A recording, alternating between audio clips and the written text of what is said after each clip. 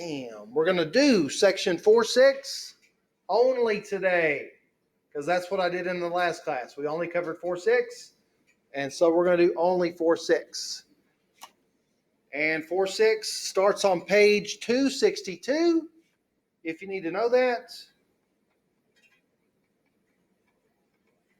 We're going to be doing more factoring. Now, this section is titled Special Factoring.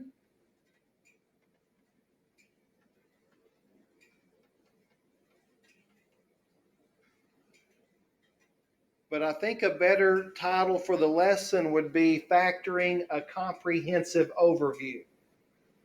Because we're going to hit all of the bases in factoring today, okay? In fact, I'm going to give you my special factoring checklist at the beginning, okay?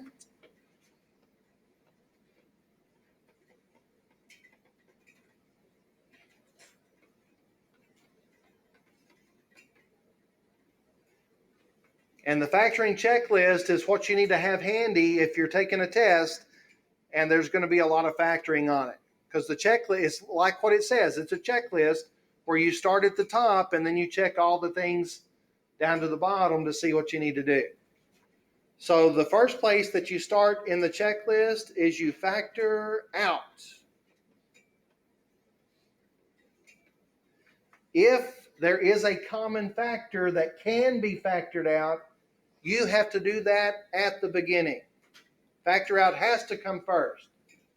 And then you can ask yourself, how many terms are there?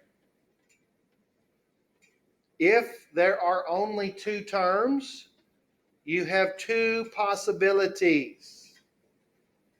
You could have the difference of 2 squares,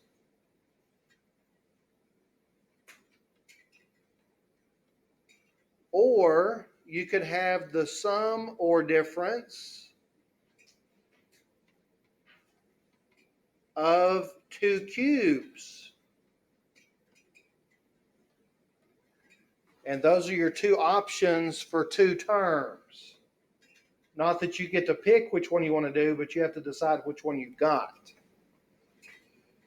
And then maybe you have 3 terms, in which case you're going to have 2 options. It's either a standard trinomial or you have a lead coefficient. And I believe we covered that on, I'll get it, thank you. Covered that on Monday.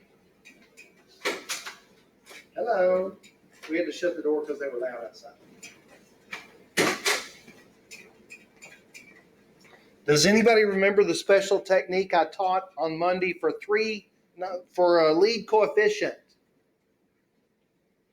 Anybody remember that? Yeah. The 3 R's, right?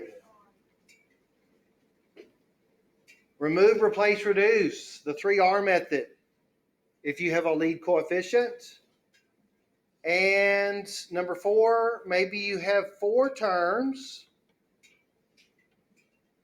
in which case you have only one option.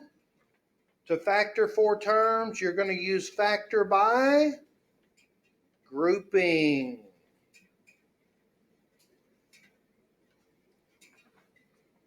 And that is the complete factoring checklist.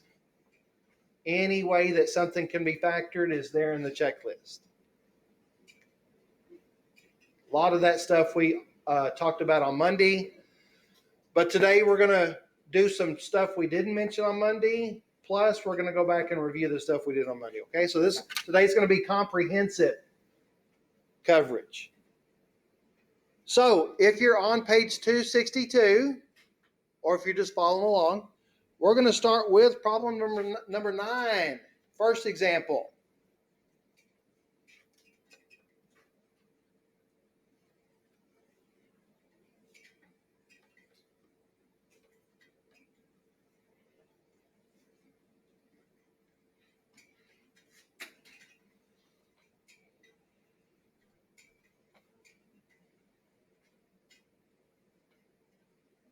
Problem number 9. How many terms are there? Are they in the right order? So our first step probably should be to rewrite it in the right order. And when I say right order, I mean descending order. So who comes first?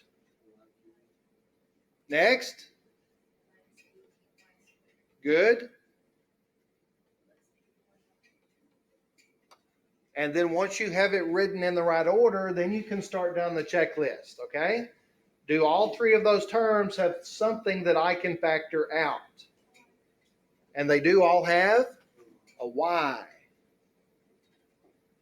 So we're going to take out a y. And that means that all of the exponents are going to decrease by 1. So we'll have a y squared, a minus 18y, and the 81 loses his y completely. Makes him just 81.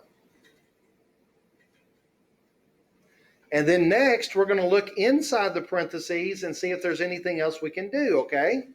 So are there 2 terms in the parentheses? No, there are 3 terms. Is that a standard trinomial? Or is there a lead coefficient? It's either a standard or there's a lead coefficient. So if you look at the y squared, do you see a number in front? And that makes it standard, which means we can go ahead and F it up. Let's factor it up. Can you read the signs?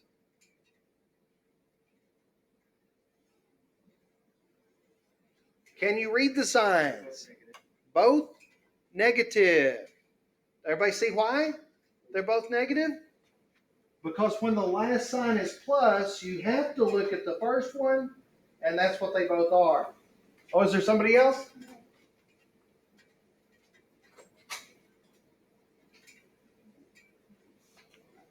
And then we're going to have y times y to make y squared, a y and a y. And what about the numbers? Because 9 times 9 is 81. 9 plus 9 is 18. Got that? And we're almost done. I think I can do one more step of simplification. Since those factors are identical, I can write that as a square, y minus 9 squared. That's not absolutely necessary, but it is nice if you know to do it. Are there any questions? Okay, next problem, number 33.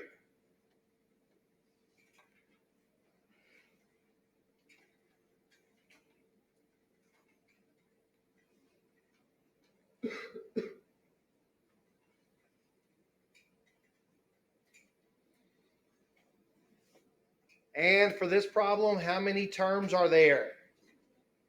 2. Is there anything I can factor out? But do you understand you have to check for it first? And then you're going to go, are there 2 terms? Yes. Could it be the difference of 2 squares? Maybe. What does the word difference mean in math? And I do have a subtraction, okay? Are those perfect squares? Well, we know p times p makes p squared, so that's a perfect square because it's something times itself. What about 49? 7 times 7, something times itself, that's a square. And so this is the difference of squares, and so you need to know the recipe for how to factor it, okay? There's a recipe. The first ingredient is parentheses. For factoring the difference of squares, the first ingredient is parentheses. Second ingredient, different signs. Difference of squares always has different signs. And the third and final ingredient, fill in the blanks. P and P, 7 and 7. And we're done.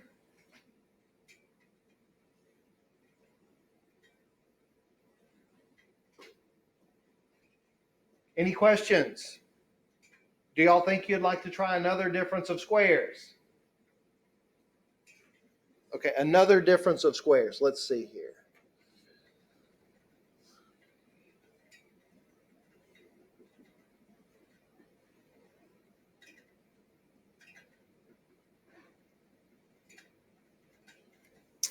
Number 41.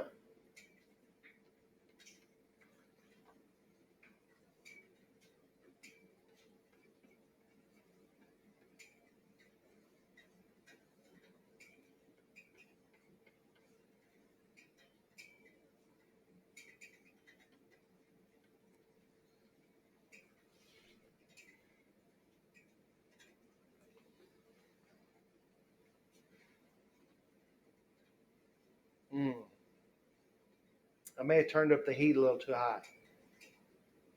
I'm sorry. We're still going to F it up though, okay? So how many terms are there? Y'all do know how to tell how many terms there are, right? You look for the number of plus or minus signs, and then you add one. So if there's one plus or minus sign, add one, you get two terms, right? Well, if there's a plus and a minus, three terms. 2 plus 1 is 3. Okay, never mind. So, do those two terms have anything in common that I can factor out? They do both have a 4 and an x. And so we're going to start by factoring out, because that's always where you have to start first. Factor out. What will that leave me with? Y to the fourth minus z to the fourth. Y to the fourth minus z to the fourth. If I take out 4x, and then we need to look in the parentheses and see what we've got. We definitely have two terms. Could that be the difference of two squares? It could be, right? Because minus, it has to have a minus, and those have to be perfect squares. So we know y squared times y squared makes y to the fourth. And that is something times itself. What about z squared times z squared? Z to the fourth? And so that verifies this is the difference of squares. So if we use the recipe again, the first ingredient is parentheses. Second ingredient, different signs. Third ingredient, fill in the blanks. Y squared, z squared, z squared. And then if you stop there, you get partial credit, because this will factor again. Did y'all see the very last set of parentheses? Look what I've got. I've got the difference of two squares. Again, do y'all see that? I've got the difference of two squares again. So the 4x y squared plus z squared comes down.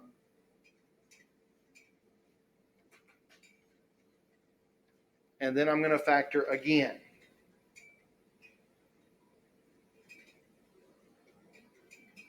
All right, so what are the signs for difference of squares? Positive, negative. Difference of squares, different signs, right? And then what does it take to make y squared? Y and y. Z squared, z and z. And that is factored completely. And I can almost read some of your minds. I think some of y'all are looking at this and going, hey, why didn't we break that down? Right? Because those are squares, right? But that's not a minus. That's a plus. And I'm going to say something to y'all that I didn't say to the other class, and maybe they'll watch this video, I hope, okay? Are y'all listening? The sum of two squares is prime. In other words, if you see the sum of two squares, that is not going to factor. You can factor the difference of two squares, but you cannot factor the sum of two squares. Man, I wish I would have said that in the other class. I suck as a teacher.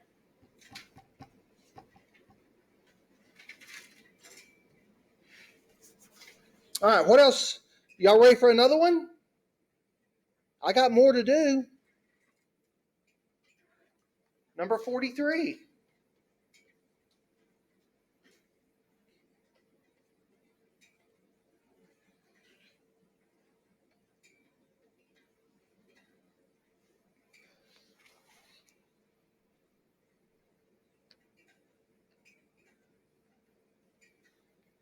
All right, 43. How many terms are there? Do they have anything in common? What do they have? A. Well, let's take out an A. So that'll leave me 4A squared, and that leaves the 49 with no variable. Took his A.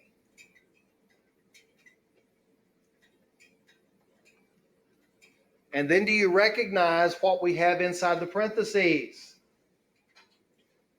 Again, is that the difference of two squares? So what are the signs for difference of squares?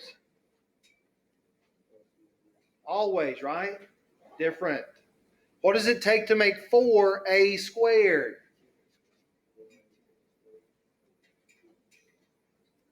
2 times 2 is 4. A times A squared. And you want to be careful, okay? I heard it, 4A and 4A, and you'd be surprised how easily that happens during a test. But if I do the FOIL method, I can check real quick and see if I screwed it up, right? If I just check the first part of the FOIL, I'll catch a mistake like that. What about 49? And that is factored completely.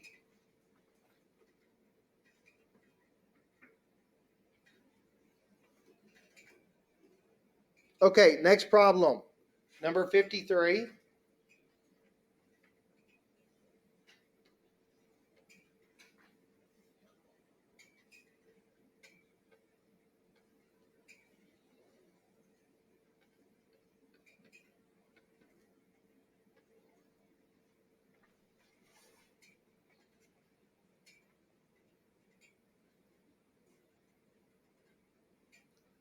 How many terms? 4. Too many is the answer, really. Too many terms. Yeah, there's 4 terms. And do they all 4 have something in common? Not all 4, right? But there are 4, and so that means factor by grouping. We're going to do factor by grouping.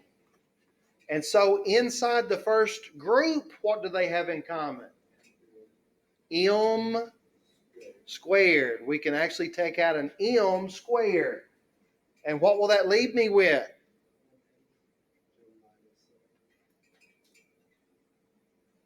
1 M and a 7.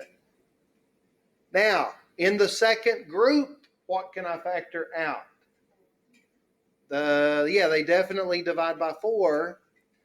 And if I could re-emphasize something that I covered on Monday, when we did factor by grouping, remember I said that the stuff in the parentheses has to match.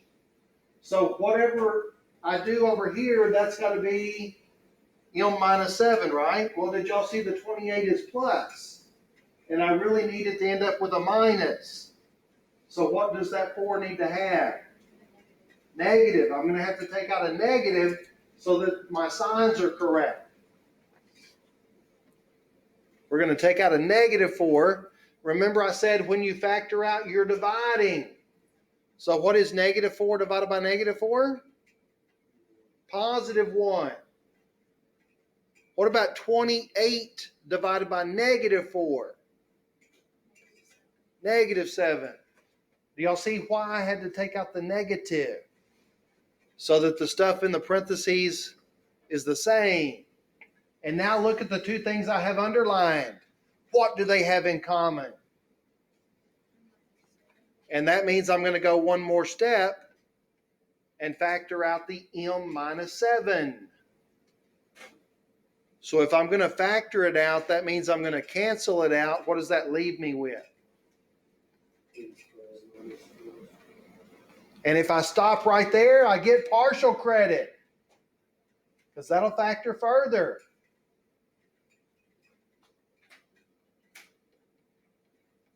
Do y'all see right here? I've got m squared minus 4. That is the difference of two squares, and I can factor it again. So again, the signs are different. M and M, 2 and 2.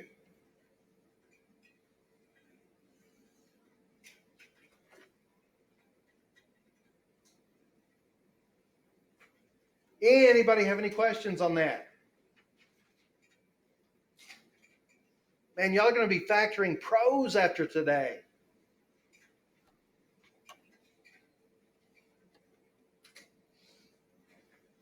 Okay, next problem. Let's jump all the way down to number 77.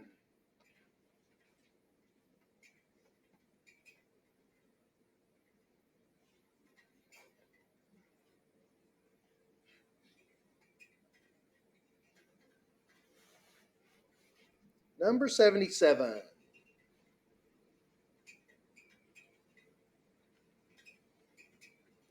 How many terms are there? And do they have anything in common that I can factor out? Does anything divide evenly into both 8 and 27? No. And they don't both have an x? No. And so there's nothing to factor out. But there are two terms, right? Could this be the difference of two squares? Could it be the difference of two squares? Okay, no, for two reasons. Difference means minus, right? So I don't have a minus. And this x is not a square. It's a cube. So could this be the sum or difference of two cubes? Yeah, it could be the sum of two cubes. And we're going to check just to make sure that those are perfect cubes. And do y'all know that a cube means something times itself 3 times? So what multiplies by itself 3 times to make 8? Okay, good. 2x, 2x, and 2x. So what is 2 times 2? Times 2? 2 times 2 times 2 is 8. X, x, x, x cubed, okay? What about 27?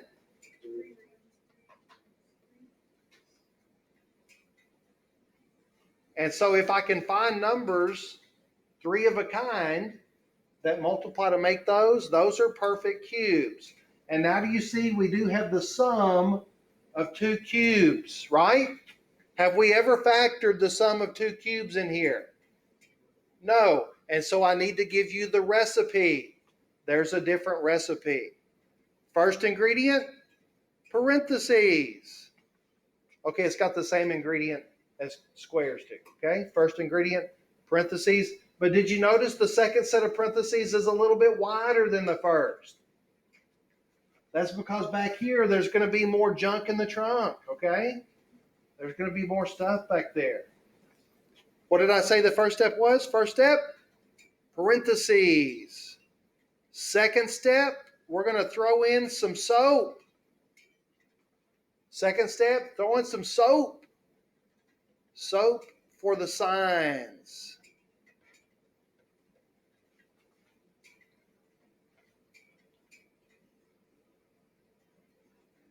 And you need to know that SOAP stands for same, opposite, always, positive.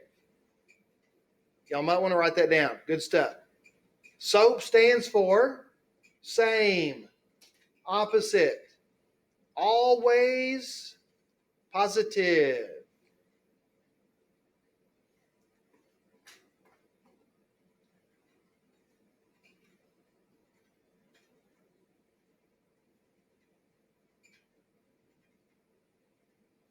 All right, are y'all ready to see how that works? To get the signs, in the first set of parentheses, the first sign is same as the problem.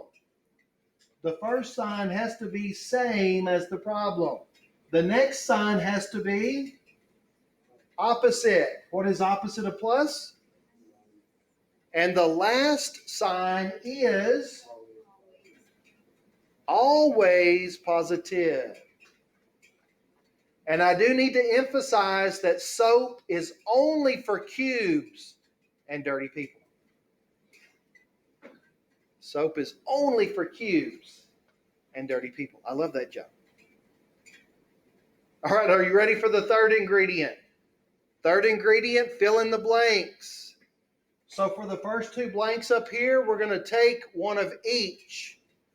The things that I wrote down, we're going to take one of each. We're going to have a 2x and a 3.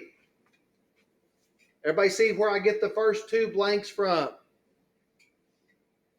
Okay, if you can get these two blanks, you can get the other three blanks. Are you watching how I'm going to get them? Okay, watch my finger, okay? We're going to go 2x times 2x. That goes here. Again, 2x times 2x, 4x squared. And then we're going to go 2x times 3, 6x in the middle. And then we're going to go, are you watching? Bam, bam. So what we're effectively going to do is we're going to go 2x times 2x to get the first blank. Then we're going to go 2x times 3 to get the middle blank. And then 3 times 3 to get the last blank. And so a way you can remember that, to summarize what we just did, you're going to square, multiply, square. Square, multiply, square. And that is the answer. That is factored completely. Does anybody think we probably need to do another sum or difference of cubes to cement that recipe in our head? Okay, let's try another one. And if it's okay, I'd like to make it up. Let's go my problem. This is my problem. 64x cubed minus 343. Let's go big or go home. Go big or go home.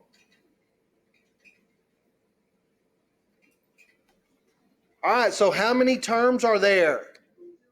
And do they have anything in common that I can factor out? In other words, does anything divide into 64 and 343 evenly? And I'll save you some time. No, there is no common factor for those two, okay? Could this be the difference of two squares? I've got a minus this time, but is the x a squared? No, so it can't be squared. Maybe it's the difference of two cubes. Maybe. Are there three numbers that multiply to make 64? Three of the same number. Anybody?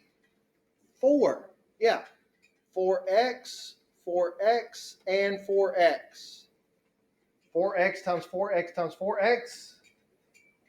4 times 4 times 4, 64. What about three of the same number that make 343?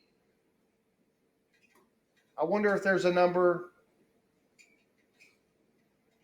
the same number that multiplies by itself 3 times to make 343. Anybody got it yet? Anybody? Oh, good. That's Sarah coming out with the 7. Like, how did you get that? With a calculator, but what did you do to get it?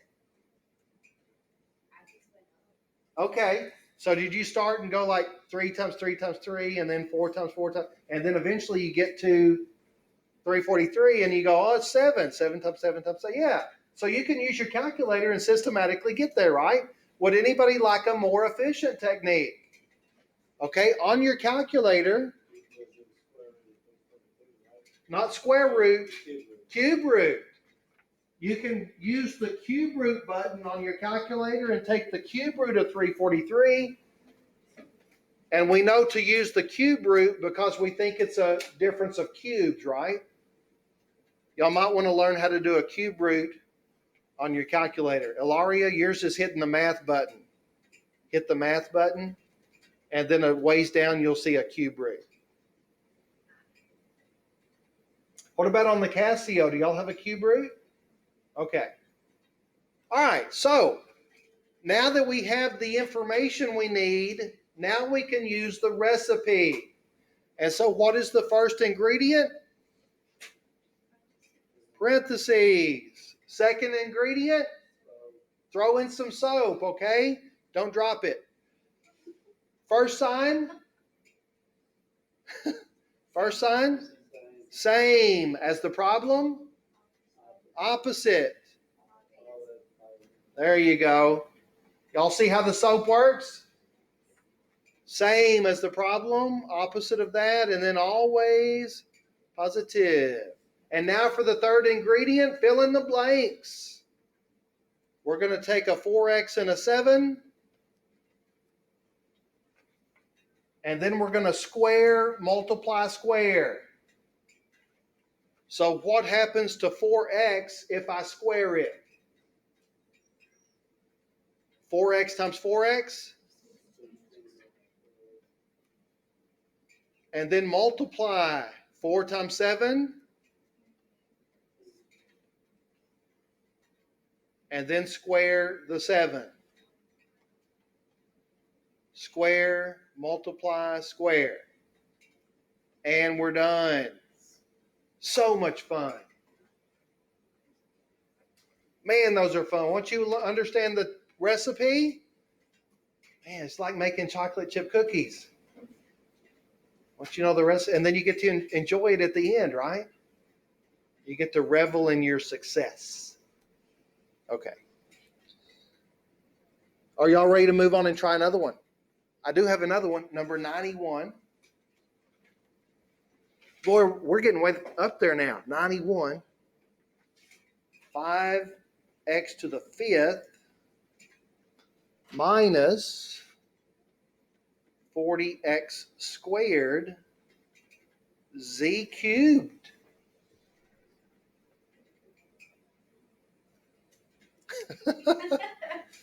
I did not like that face you made. That was the face you make when your dog poops on the floor. Ugh. All right, how many terms are there? Only 2. Do they have anything in common? So 40 and 5 will divide by 5. They both have x's. Remember, I can take out the smallest power. And now let's see what we're going to have left. X cubed for starters. And 40 divided by 5, 8 z cubed. Because I took his x squared away. And if you stop right there, you get partial credit. Because this will go farther. Look what I've got in the parentheses. I've got the difference of 2 cubes. Do y'all see that? Difference of 2 cubes. So what 3 things make x to the 3rd? XXX, right? Like the video store. And then what 3 things make 8z to the 3rd? 2z, 2z, and 2z. 2z, 2z, and 2z. And that verifies that those are both perfect cubes. And so now let's apply the recipe. First ingredient, parentheses. Second ingredient, throw in some soap. Same, opposite. Good, you're learning. And then fill in the blanks. We're going to take an x and a 2z. for the first two blanks, an x and a 2z. And then we're going to square, multiply, square. X times x. And then multiply 2z times x. 2xz. Now, if I wanted to, could I write it 2zx? Yeah, 2zx is not wrong. It's just not right, okay? Remember, when you got multiple letters together, they need to be in alphabetical order, okay, if you want to be perfect. And then the last term, 2z times 2z, 4z squared. And that is factored completely. It's also factored correctly.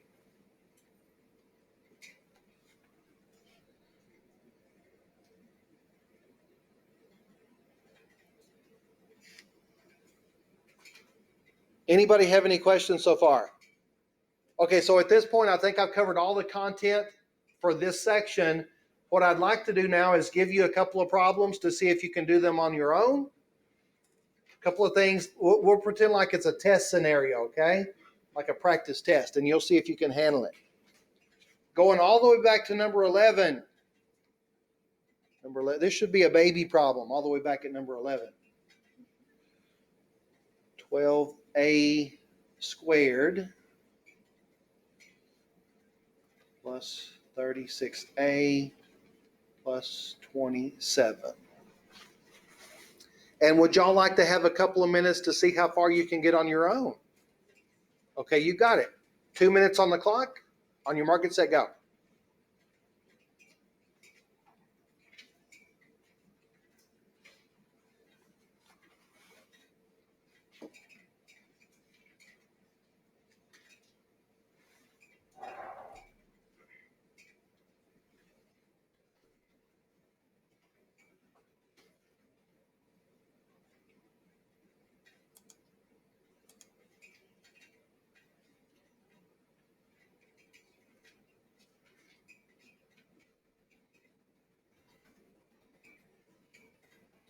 All right, I don't think I can wait any longer. I'm starting to go through math withdrawal.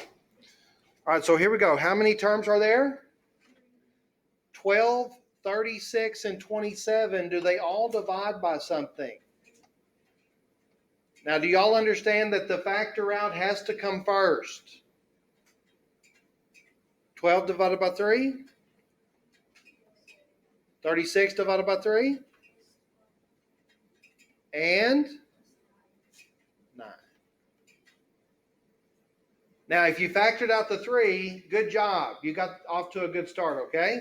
The stuff that's left over inside the parentheses is a trinomial with a lead coefficient.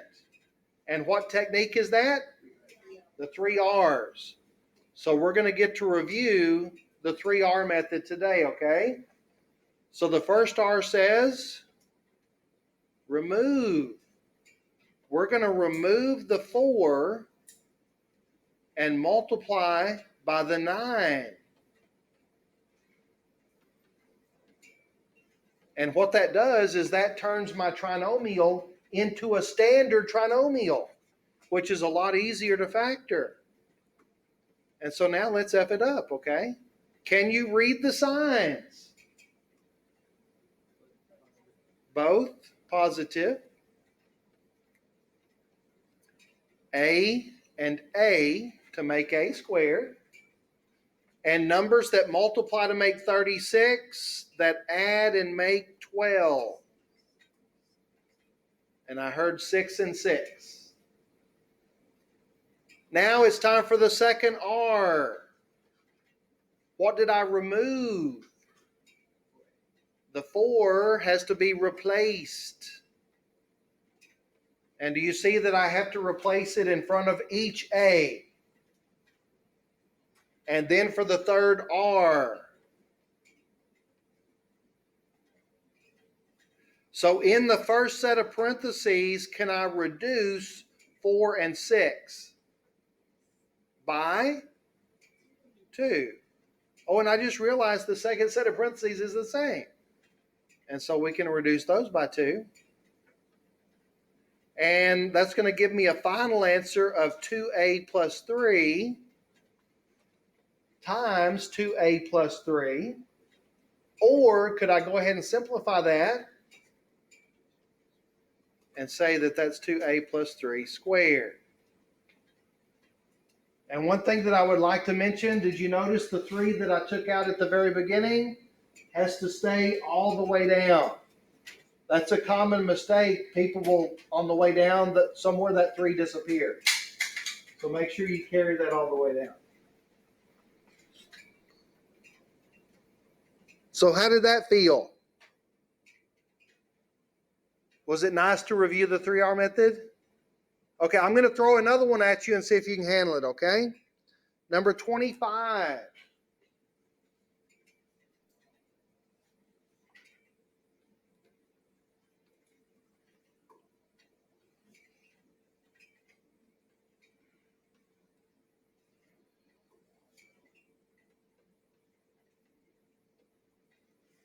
And again, you've got 2 minutes on the clock.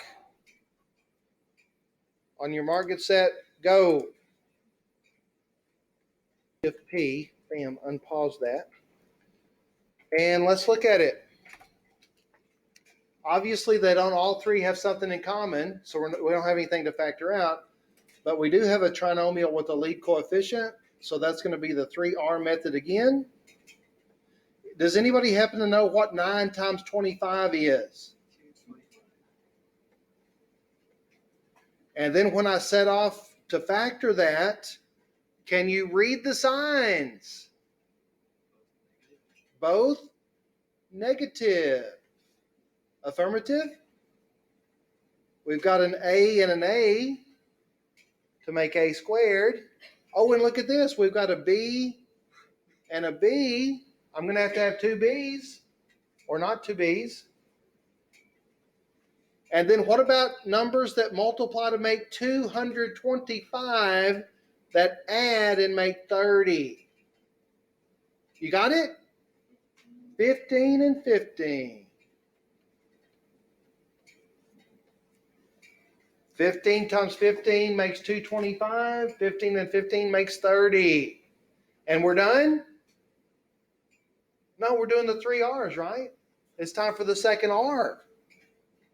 The 25 that I took off, I now have to replace it. And the 25 goes in back in front of each A. And then we can do the third R, which is reduce. What goes into 25 and 15? 5 does. And oh, look at that. These are the same. So we can use 5 again. And for the final answer, we're going to have 5A minus 3B times itself, which would be 5A minus 3B squared. Anybody have any questions about that problem? All right, so what I'm going to do then, instead of torturing you some more,